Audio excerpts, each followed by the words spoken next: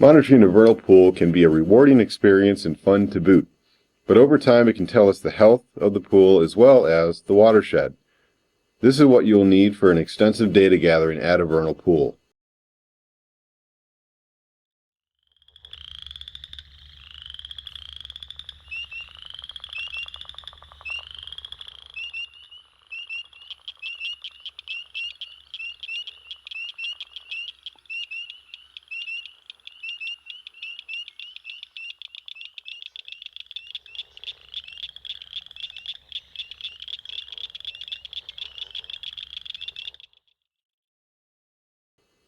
We'll be going over some of these.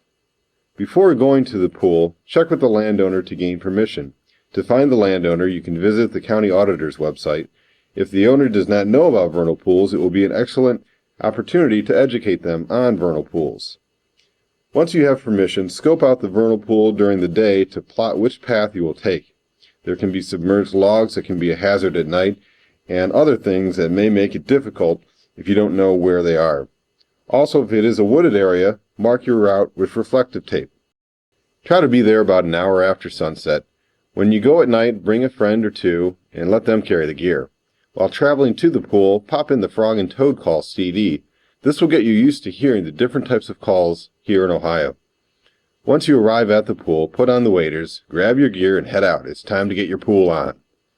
At the pool, stand still and cut the flashlights. Listen for a few minutes to the frog and toads. Turn your head and you may hear different calls.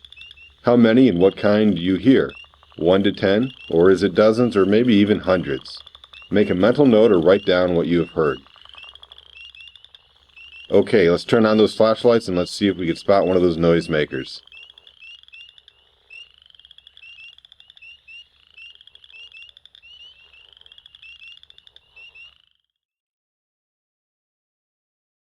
To determine the depth of the vernal pool, you can use a measuring stick or estimate about how deep the pool is. Also, how wide and how long is the pool? Again, you can take measurements or just estimate. While out in the vernal pool, try to minimize your impact by following the same path you came in on. Also, you don't need to investigate every little area of the pool.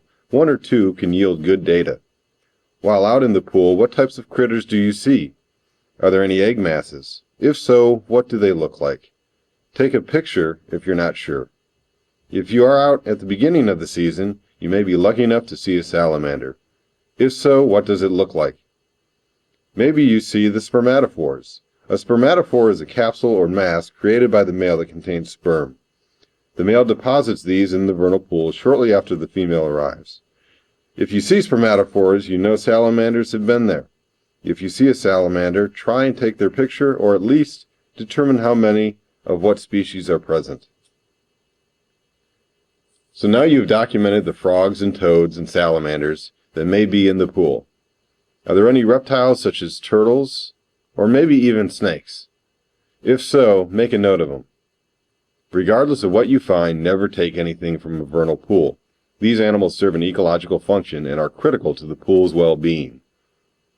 Okay, so now let's take a look at the macroinvertebrates. They're named that because you can see them without magnification. To start, squat down in the pool at night with your flashlight turned on, and wait a minute.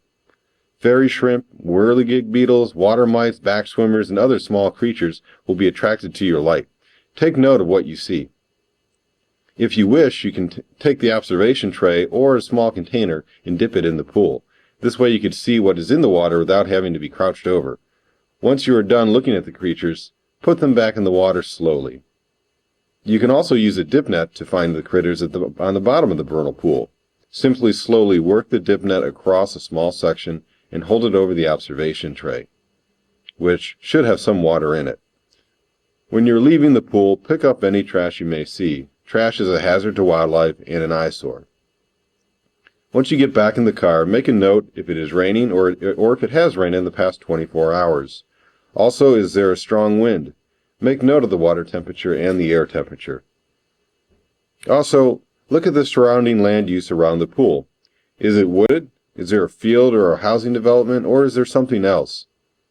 Finally, either while you are out in the pool or shortly when you leave, fill out the monitoring forms. These forms can help document what you find and look for trends from year to year. It has been developed by vernal pool enthusiasts and scientists. Once you have completed a season of monitoring, enter in your data on the Ohio Environmental Council's website, www.theoec.org. Click on Water, then the Vernal Pool link. You can find the forms on the OEC website, and you can also find them on the Ohio Vernal Pool Partnership website. That website is www.ovpp.org. So for now, be safe, keep good records, and have fun in the pool.